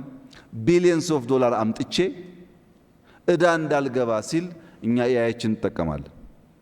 ይሄን ኢንቨስትመንት የምናደርገው ይሄ መንግስት አይደለም። በኮርፖሬት ህግ ልክ ቅድም ስቶክ ማርኬት እንዳልኩት መንግስት ያለውን ገንዘብ ኮንትሪቢዩት አድርጎ ፕራይቬት ሴክተርም አድርጎ በጋራ የሚሰራ ስራ ማለት ነው። ፓርትነሮቹ ጥቂት ቢሆኑም መስፋት አለባቸው። ወይም ክሪፕቶ ማይኒንግን ብንወስድ ክሪፕቶ ማይኒንግ ኢትዮጵያ ውስጥ 39 ገደማ ላይሰንሶች ሰጥተን ነበር ፕራይቬት ሴክተር ኢንከሬጅ ለማድረግ። ከኛ ክሊን ኤነርጂ ይወስዳሉ፣ እነሱ ደግሞ ስራቸው ይሰራሉ። እኛ ሳንድ ቦክስ ባልነው ፖሊሲ የማናቃቸው ጉዳዮች ሲኖሩ ቀድመን አይቻልም ከምንል ፈቅደን ተምረን ችግር እንዳለው ስንደርስበት ማድረቅ ይሻላል ባልነው መሰረት ላይሰንስ ሰጠን። ስናጠና የኔ ወንድም 200 ሜጋዋት ኢነርጂ ኢትዮጵያ ለአንድ ኩባንያ ከሰጠች ቴንስ ኦፍ ሚሊየንስ ኦፍ ዶላር ከኢነርጂ ዋጋው በላይ ታገኛለች። 1000 ሜጋዋት ኢነርጂ ለክሪፕቶ ማይኒንግ ኢትዮጵያ ስትሰጥ ሳይጋነን ከ300 እስከ 500 ሚሊዮን ዶላር በአመት ታገኛለች። ከ300 እስከ 500 ሚሊዮን ዶላር ያሳጣን ጉዳይ ምንድነው ካልክ አለማወቃችን ነው። ላይሰንሱን ቸበቸብ ነው፣ ስናጠናው ኪሳራው ብዙ ነው። አሁንሳ 100% ኢንቨስት አድርጌ በኤአይ ፋክተሪው በዴታ ሴንተሩ እና በኢነርጂው 100% ኢንቨስት አድርጌ ግን መንግስት ሪስክ ስላለው ሼር ያርገኝ 25 30 35% ወስዶ ከኔ ጋር ይስራ የሚል ኩባንያ ስናገኝ ኤአይችን እናስገባለን። ለምን? ያን እድል ሚስ ላለማድረግ። አዲስ አበባ ላይ የሪቨርሳይዱን ወክ አድርገህ እንደሆን አላቅም፣ ግን በጣም ፊት ወጣት ስለሆንክ እንድታደርግ ኢንከሬጅ አደርግሃለሁ። አዲስ አበባ ሪቨርሳይድ ከጀመርን በኋላ በሪቨርሳይዱ ግራና ቀኝ ባሉ ቢዝነሶች፣ ሞሎች፣ ሬስቶራንቶች፣ ኮፊ ሾፖች ተደማምሮ 1.3 ትሪሊየን ገደማ ኢንቨስትመንት ከፕራይቬት ሴክተር መጥቷል። እንዴት መጣ መሰለ? አንተ ብር አለህ፣ አዲስ አበባ መሬት አለው። አዲስ አበባ 30%፣ አንተ 70%። ይሄ መንግስት አይደለም፣ ጆይንት ቬንቸር ነው። በመንግስትና በግሉ ሴክተር መካከል ሊኖር የሚገባ ትብብር ነው። በእንደዚህ የሚያብጡ አሉ። ሌላውስ ኢትዮ ቴሌኮም ለምሳሌ ብትወስድ 100+ ዓመት የቆየ ተቋም ነው። የሚወዳደር ካለም ይምጣ፣ አስገባን። ሳናስገባው 37 ሚሊዮን ነበር፣ ስናስገባውስ 90+ ሚሊዮን ገባን። ምን ተብለን ነበር? ኢትዮ ቴሌኮምን የሚያክል የ100 ዓመት ኩባንያ ሸጡት አይደለም? አልሸጥነውም፣ በኮምፒቲሽን አሳደግ ነው እንጂ። የኢትዮጵያ አየር መንገድ አሁን ኤርፖርት ጀምሯል።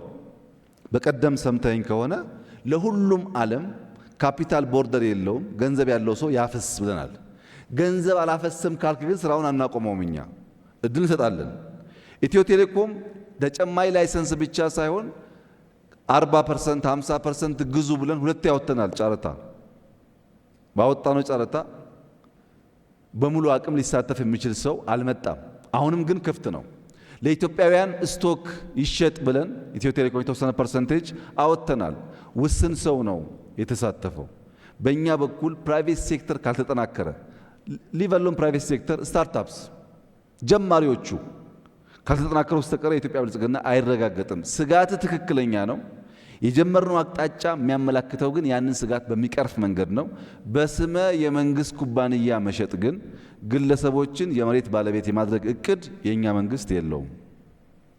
በዛው ሁለተኛው እህት ያነሱት ከዲያስፖራ ጋር የሚያያዘው ለምሳሌ በቴሌኮም ሴክተር ስቶክ ሲሸጥ፣ ሼር ሲሸጥ ተፈቅዷል ለዲያስፖራዎችም እንዲገዙ። ምን ያክል ለተሳተፉ እርግጠኛ አይደለሁም። በሌሎች ሴክተሮችም እየታዩ የናሽናል ኢንትረስት ላይ ጉዳት የማያመጣ ከሆነ ቢዝነሱ ለሁሉም ሴክተር ለዲያስፖራም፣ ለሌላውም፣ ለውጩም ዜጋ ክፍት እንዲሆን ስለሆነ ፍላጎቱ የሚመለስ ጉዳይ ይመስለኛል። ግን አንድ ችግር አለ። በኢኮኖሚ ውስጥ ያለው አጠቃላይ ሀብት ይታወቃል። የማይታወቅ ፐርሰንቴጅ ካለ በጣም ውስን ነው እና ሰዎች ይመጡና በውጭ አገር ካለኝ ሀብት ካለኝ ዶላር ከረሜላ ላምጣ፣ መስቲካ ላምጣ፣ ኢትዮጵያ ውስጥ የእናንተን ዶላር አልፈልግም፣ በእኔ ገንዘብ ላምጣ ይላሉ። በራሳቸው ገንዘብ ኢምፖርት ካደረጉ በኋላ ሽጠው ከብላክ ማርኬት ዶላር ገዝተው ኢንፎርማል ማርኬቱን የሚያሳብጥ ትክክለኛውን ህጋዊ ማርኬት የሚያቀጭጭ አካሄድ በተደጋጋሚ ማየት ስለጀመርን በውጭና በውስጥ ያለው ትስስር እህቴ እንዳነሱት ጤናማውን ኢንክሬጅ የሚያደርግ ብቻ ሳይሆን ብዙ ሌቦች እዛ ውስጥ እንዲቀላቀሉ የሚያደርግ ስለሆነ ሁለት ሶስቴ ባየነው ሙከራ ጉዳቱ አመዝኖ አይተነዋል። ጉዳት አልቦ ሆኖ አልቦ እንኳን ባይሆን ቀንሶ የዲያስፖራን ሀብት በሀገሩ እንዲያፈስ የሚያስችል ማንኛውም እድል ካለ ግን መጠቀም ነው የምንፈልገው። እሱን ቅድም እንዳልኩት ሳንድ ቦክሱ ክፍት ነው። እያጠናን እየገራን የምንሄድ ይሆናል። መቼ ይላሉኝ፣ መቼ አይመለስም ብዬ ነው እዚህ በጥናት ስለሆነ። ሶስተኛው እህቴ ይላሉኝ የፍጥነት ጉዳይ ያው በግልጽ መፍጠን አለብን። ካልፈጠን እንቀደማለን ባልነው መሰረት እርሶም እንዳሉት ለእያንዳንዱ ፖሊሲ ፈጥነን ውጤት የማናመጣ ከሆነ ዋጋ የለው። እግረ መንገድ እዚህ ያላችሁ ሰዎች በጨረፍታ ለማሰብ እንዲሆናችሁ ዓለም በትልቁም በትንሹም ከባቢ ትናጣለች። ሰሞኑን እንደምትሰሙት ሁሉ ጋር መናጥ አለ እና አንድ የጨነቀው ወዳጄ ጂኦፖለቲክሱ ያስፈራል፣ ዓለም እየተናጠች ነው፣ እንደው ይሄ መናጥ ምን ያመጣብን ይሆናል ብሎ በስጋት ጠየቀኝ። እናንተም አስቡበት። የዓለምን መናጥ እኛ አንፈልግም፣ የዓለምን መታወክ እኛ አንፈልግም። ዓለም ሰላም በነበረችበት ሰዓት ግን ምን አደረገችልን ነው መልሱ። ምን አደረገችልን? ሳትናት ስትቀር ጥቅም አግኝተን በመናጧ እንደምንጎዳ ከነሱ በላይ መጨነቅ የለብንም። ከእያንዳንዱ ግጭት ኦፖርቹኒቲ ፈልቀን ማውጣት ነው የሚጠበቅብን እንጂ የመጣን ነገር በመፍራት አይሆንም። ሰላም ሲሆኑም ለነሱ ነው ትርፉ፣ ሲጋጩም ጉዳት ለነሱ ነው። ሽማግሌ ከፈለጉ እናስታርቃለን። እኛ ግን መሰራታችን ናሽናል ኢንትረስት ነው። ባለቅኔ ጠያቂ በጣም ጥሩ ሜታፎር ነው ያመጣኸው።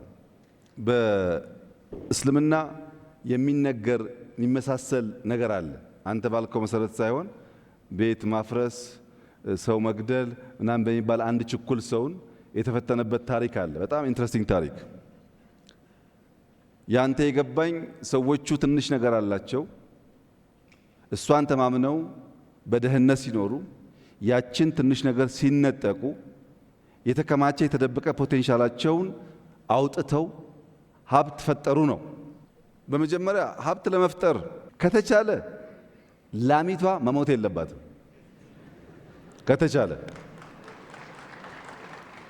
ምክንያቱም ላሚቷን መግደል ብቸኛው ሀብት ማምጫ መንገድ ስላልሆነ። ትክክል ነህ፣ አዘናግታቸዋለች። ግን ብቸኛው እሱ አይደለም።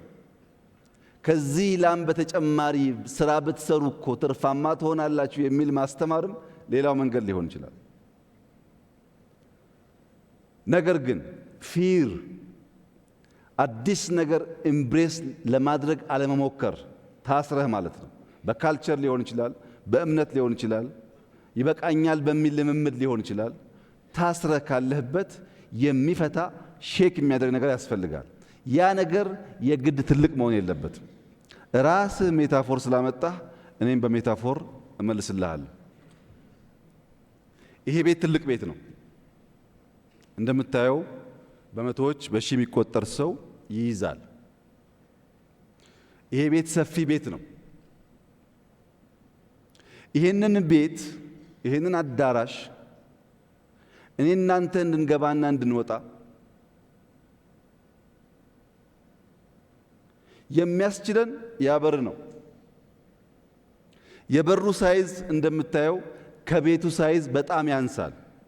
ሚናው ግን ቀላል አይደለም። እንደገና በሩን ካየ በኋላ የበሩን መዝጊያ ጋን ብታይ፣ መቆለፊያውን ጋን ብታይ ከበሩ ሳይዝ በጣም ነው የሚያንሰው። ግን የምንከፍተው የምንዘጋው በሱ ነው።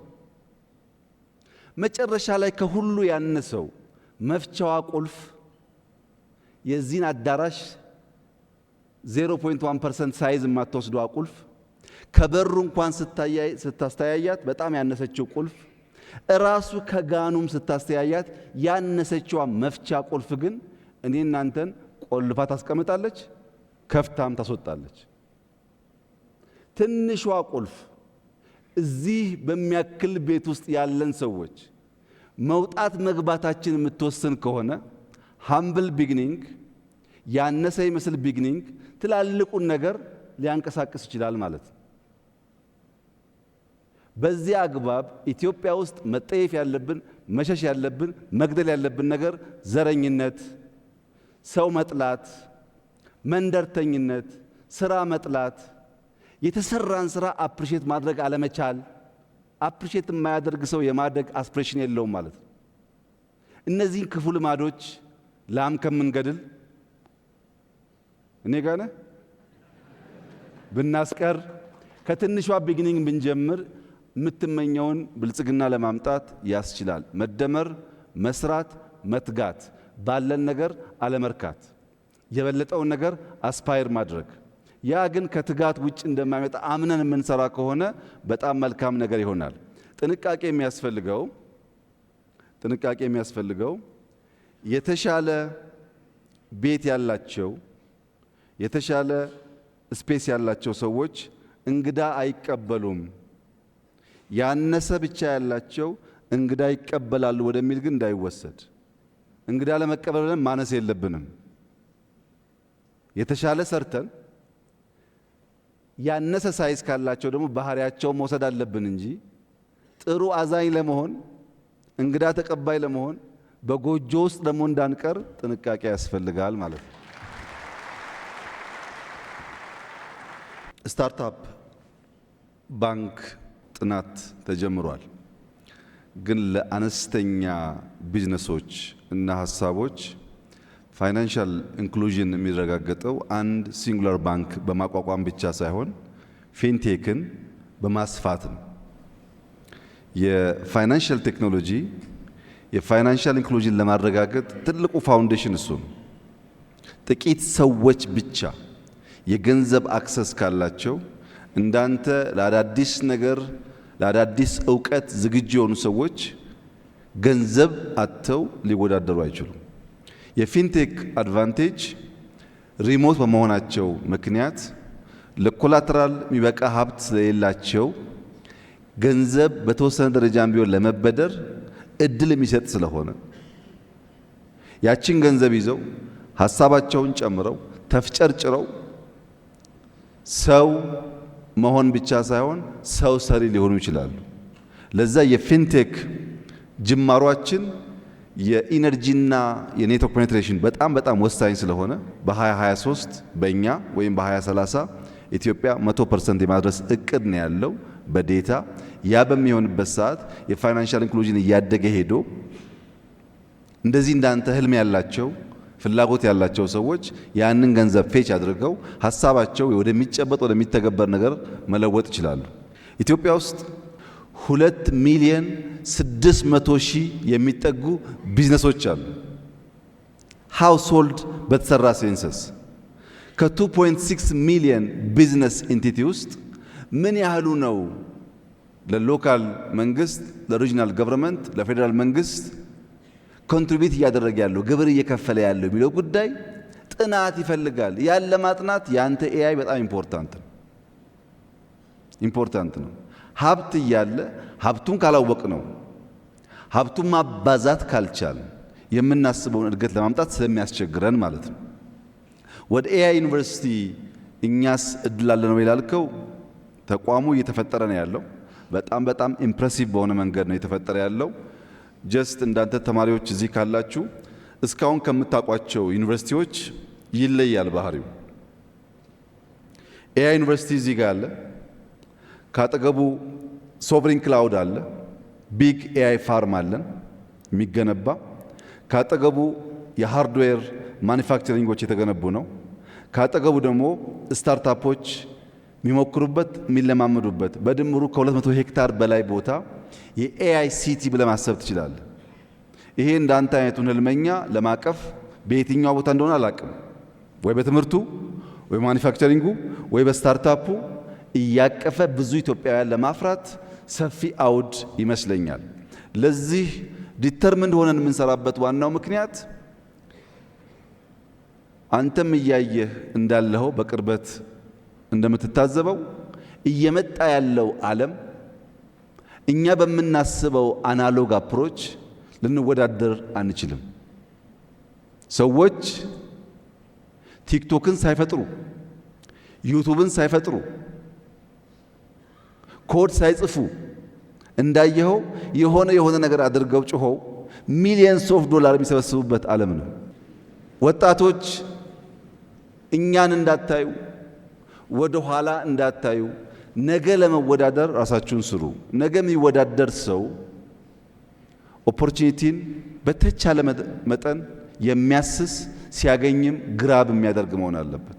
ያን አድርጋችሁ ከሄዳችሁ የነገዋ ኢትዮጵያ ተስፈኛ ትሆናለች የሚል ሙሉ እምነት አለኝ። ካንተ ቀጥዬ ሁለተኛው ያንተ ወንድም የጠየቀኝ ከአስቱ ሁለት ጥያቄ ነው። አንዱ ሶሻል ካፒታል ላይ ኢትዮጵያ ያላትን ባህላዊ ልምምዶች እንደ ዕቁብ፣ እድር ያሉትን ዘመናዊ ልባስ አልብሰን መጠቀም እነሱም በወጉ መገልገል ያለው ፋይዳ እንዴት ይታያል የሚል በጣም ትልቅ ጥያቄ ነው። ሶሻል ካፒታል ወይም ድልብ ሀብትን እንደ ሀብት የማያይ ኢንስቲትዩሽንና ሀገር ወደፊት መሄድ አይችልም። እያንዳንዱ ፈጠራ የሚፈጠረው ካለ ችግር ውስጥ ነው።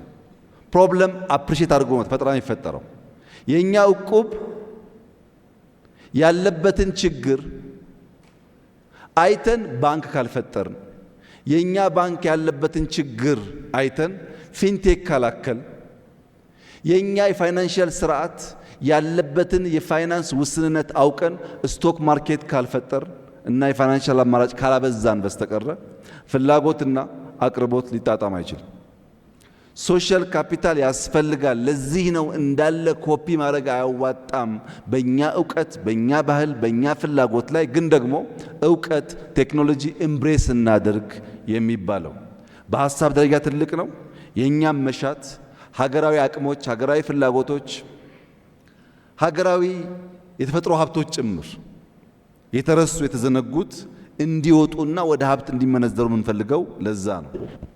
ሁለተኛው ጥያቄ ሳይበር ሴኩሪቲ ነው። በጣም ትክክለኛ ሀሳብ ነው።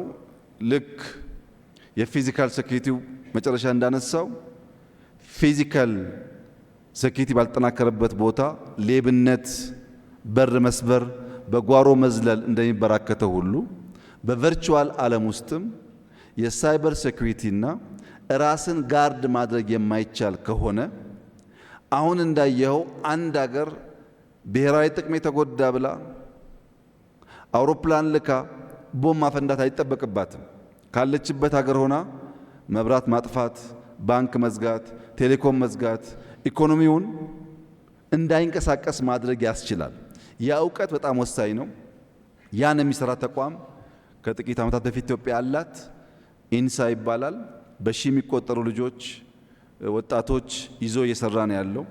በጣም ከፍተኛ የውድድር ዓለም ስለሆነ ፈጠራውን በየቀኑ ስለሚፈጠር ራሳቸውን እያሳደጉ ትውልድ እየሰሩ የኢትዮጵያን ሶቨሬን ቴሪቶሪ በቨርቹዋል ዓለም ውስጥ ይከላከላሉ ብዬ ተስፋ አደርጋለሁ። እስካሁንም በየቀኑ በጣም ከፍተኛ የውጭ ጥቃቶች ሰርት በሚባል ሲስተማቸው ከየት ሀገር ማን በስንት ቁጥር እንዳጠቃ ያውቃሉ።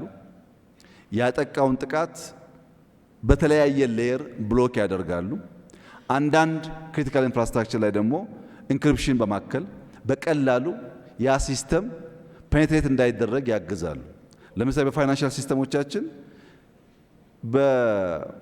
በኔትወርክ ደረጃ የምናደርገው መከላከል ብቻ ሳይሆን በዴታ በፍሬም ደረጃ የምናደርጋቸው የኢንክሪፕሽን ካፓቢሊቲስ በጣም ወሳኝ ናቸው። እነሱን ስንፈጥር አንድ ሰው ቢያጠቃን እንኳን ውስጥ ገብቶ ኮንቴንት ፌች ማድረግ እንዳይችል ያስችላል ማለት ነው።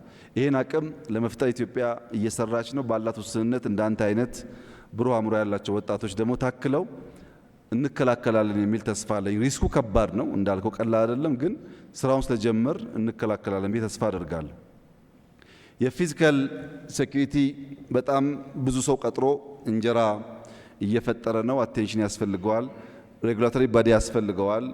አንተም ማናገር አለብህ ላሉኝ አሁን ባለው ኢትዮጵያ የእናንተ ሚና ቀላል አይደለም። አዲስ አበባ ውስጥ 5-6 ሺህ የሚጠጉ ሲሲቲቪ ካሜራዎች አሉ። 6 ሺህ ማክሲመም። አዲስ አበባ የሚያስፈልጋት ግን ከ150 ሺህ በላይ ነው።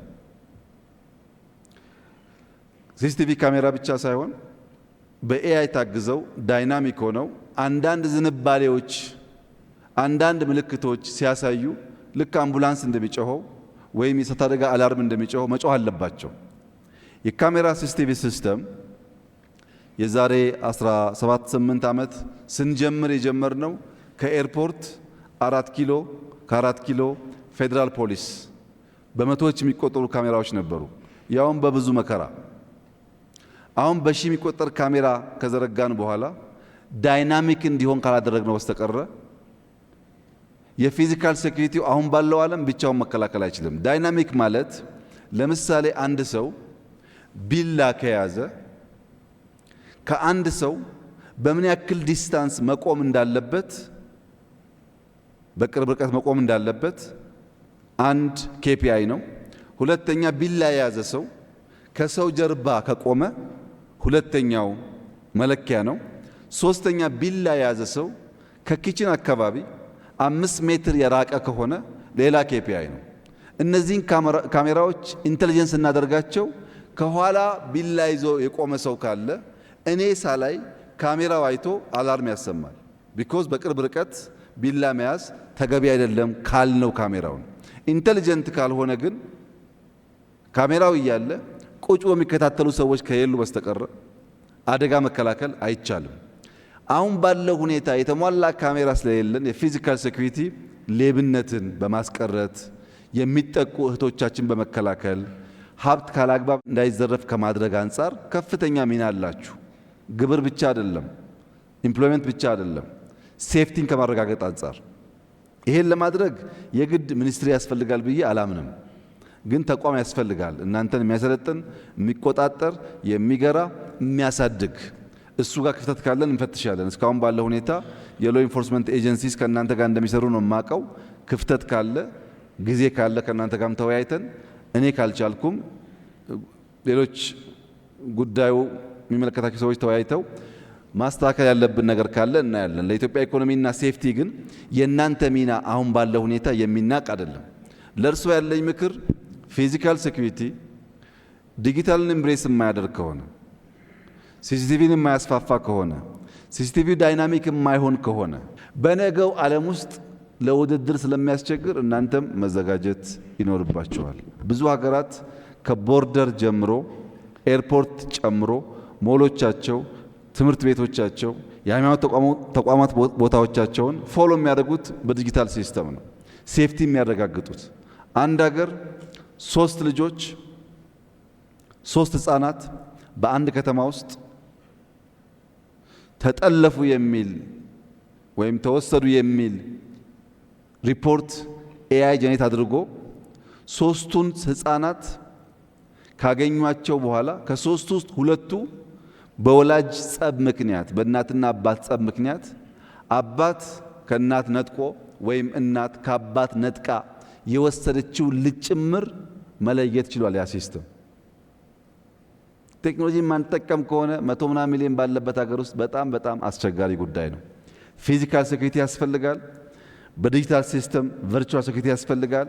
የሰዎች ደህንነት መጠበቅ አለበት። ሰዎች ወጥተው ለመግባት ሴፍቲ የሚሰማቸው መሆን አለባቸው። ያን ለማድረግ የእናንተ ሚና በአግባብ ለመጠቀም መንግስት የሚጎል ነገር ካለ እያየ የሚያስተካክል ይሆናል። ዘመዴና ያነሳው በጣም ክሪቲካል ጥያቄ ነው። ያው አንተም እንደምትገምተው ሙሉን ዘርዝሬ አልመልሰውም። ነገር ግን አንተ አገር ወዳድ ስለሆንክ እና በሀገር ውስጥ ያሉ እድገቶች በቅርበት የምትከታተል ያ እንዲጠናከር የምትጥር ሰው ስለሆንክ ከውጭ የሚመጣ ሀብትና እውቀት ያለው ፋይዳ ይገባሃል። ከውጭ የመጣን ሀብት ለመጠቀም ማክሲመም ማድረግ ያለብን ነገር ካለ እናደርጋለን። ግን ለአንተ የምጠይቅህ አንደኛው የዓለም ጦርነት ይላል ዓለም፣ ሁለተኛው የዓለም ጦርነት ይላል ዓለም። ማን ነው?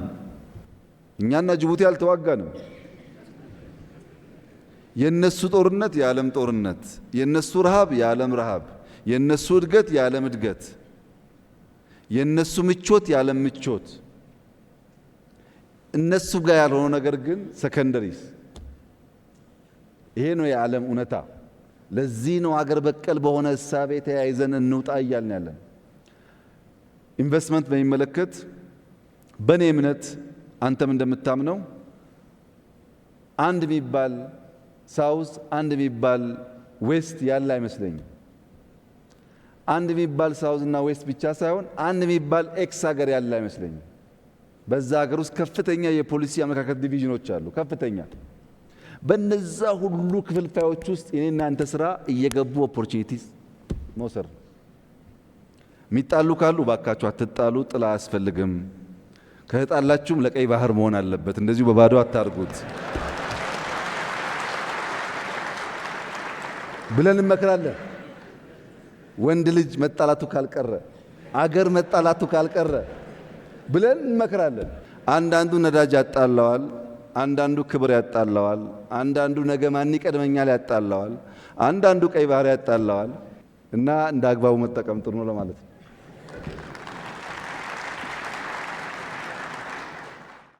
ስለዚህ የመጨረሻ ጥያቄ ክቡር ጠቅላይ ሚኒስትር የማጠቃለያ መልእክት ከማስተላለፉ በፊት 2001 እና 2 አካባቢ በተደጋጋሚ ስለ ዲጂታል ፔይመንት ስለ ፊንቴክ ይናገሩ ነበር። አንዳንድ አፕሊኬሽኖችም እንዲበለጽጉ ያደርጉ ነበርና በወቅቱ በእርግጥ በእኛ ሀገር ኢንተርኔትም ያን ያክል ነበር ለማለት አይቻልም። 2000 ማለት ቴክስት መሴጅ የጀመረበት ጊዜ ነው። ደሞዝ ወደ የፋይናንስ ዲፓርትመንት እየሄድን ተሰልፈን የምንቀበልበት ጊዜም ነበር በወቅቱና ያኔ ስለ ፊንቴክ፣ ስለ ዲጂታል ፔይመንት፣ ስለ ኢፔይመንት እነዚህ የመሳሰሉ ነገሮች ይናገሩ ነበር። አሁን ከደረስንበት አንጻር ምን ይሰማዎታል ነው? ያ ራዕይ እውን ሆነ ወይስ የሚቀረው ነገር አለ የሚለው ነገር እና ከዚህ ጋር አያይዘው የፊንቴክ ደረጃችንን በዚህ አጋጣሚ አብራርተውልን እንጨርስ። መልካም። ለረጅም ዘመናት የኢትዮጵያ ኋላ መቅረት የኢትዮጵያ ሻል ካሉት በብዙ ዲስታንስ ወደ ኋላ የቀረች መሆኗ ከሚያሳስባቸው ዜጎች አንዱ ነኝ። ይህንን ዲስታንስ በምን ማጥበብ እንችላለን? እያንዳንዱ እነሱ የሄዱባቸውን ፉት ስቴፕስ እየተከታተልን የምንሄድ ከሆነ አንደኛ አንደርስባቸውም፣ ሁለተኛ አዳዲስ ርቀቶች ይፈጠራሉ። የእኛን ችግር ቀርፎ በሚገባን መተካከል መቆም እንድንችል ሊፕ ፍሮግ ማድረግ አለብን የሚል የጸና እምነት አለኝ። መፍጠን ብቻ ሳይሆን በአንዳንድ ጉዳይ መዝለል አለብን የሚል የጸና አቋም አለኝ። አንተም እንዳልከው የዛሬ 18 ዓመት ገደማ እኛ የሞባይል መኒን ሀሳብ አይደለም ሲስተም ሶፍትዌር ዴቨሎፕ ስናደርግ ኤምፔሳ አይታወቅም፣ ኬንያ ውስጥ አልነበረም።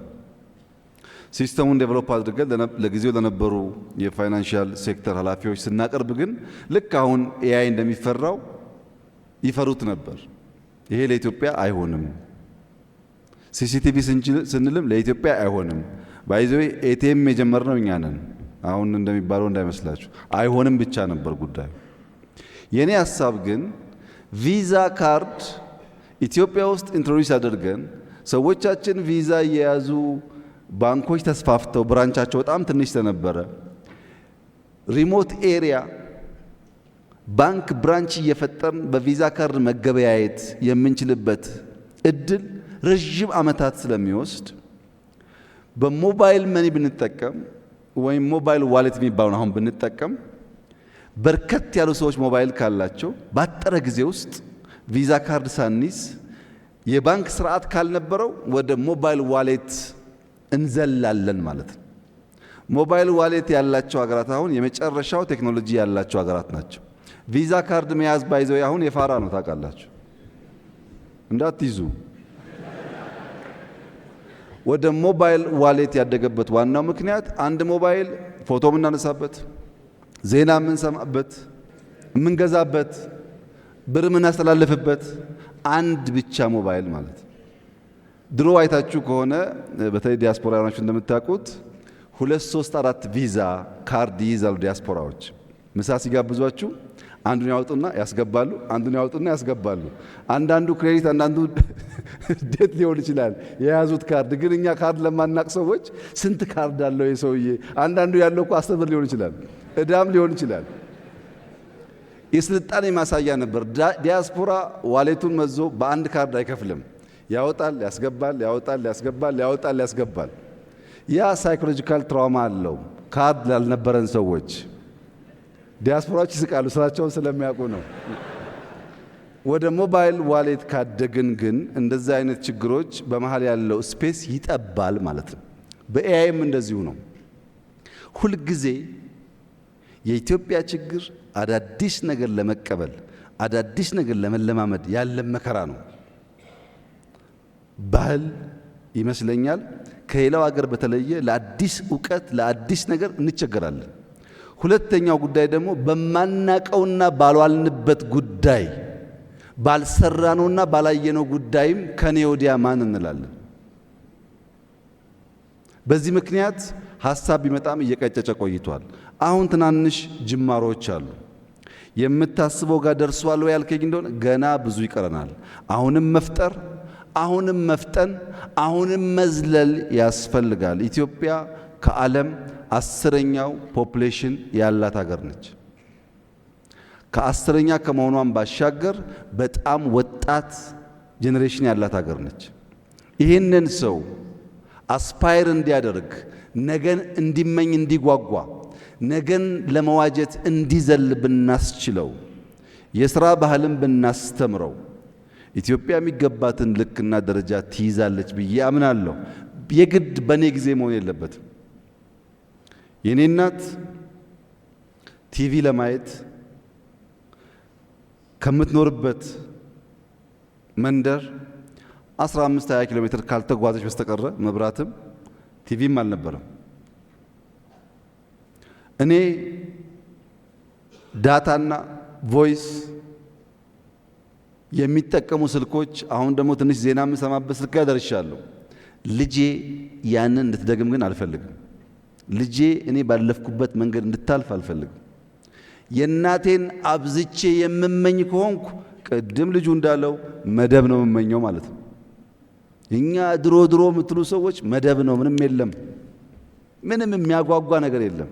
ያን እንደ ፕሮብለም አውቀን ከዚያ የሚነቀስ ጠቃሚ ነገር ካለ ወስደን የነገውን ደግሞ ኤምብሬስ የምናደርግ ከሆነ የምናስብበት ደረጃ እንደርሳለን። አሁን ጀመር ነው ብዬ አስባለሁ። ሲጠቀለል እኔ የኢትዮጵያን ኢኮኖሚ የማይበትን የመጨረሻ አረፍተ ነገር ለማንሳት በጣም ዲፕ ተኝታችሁ ስትነቁ ወዲያው ካልጋችሁ ዘላችሁ አትነሱም።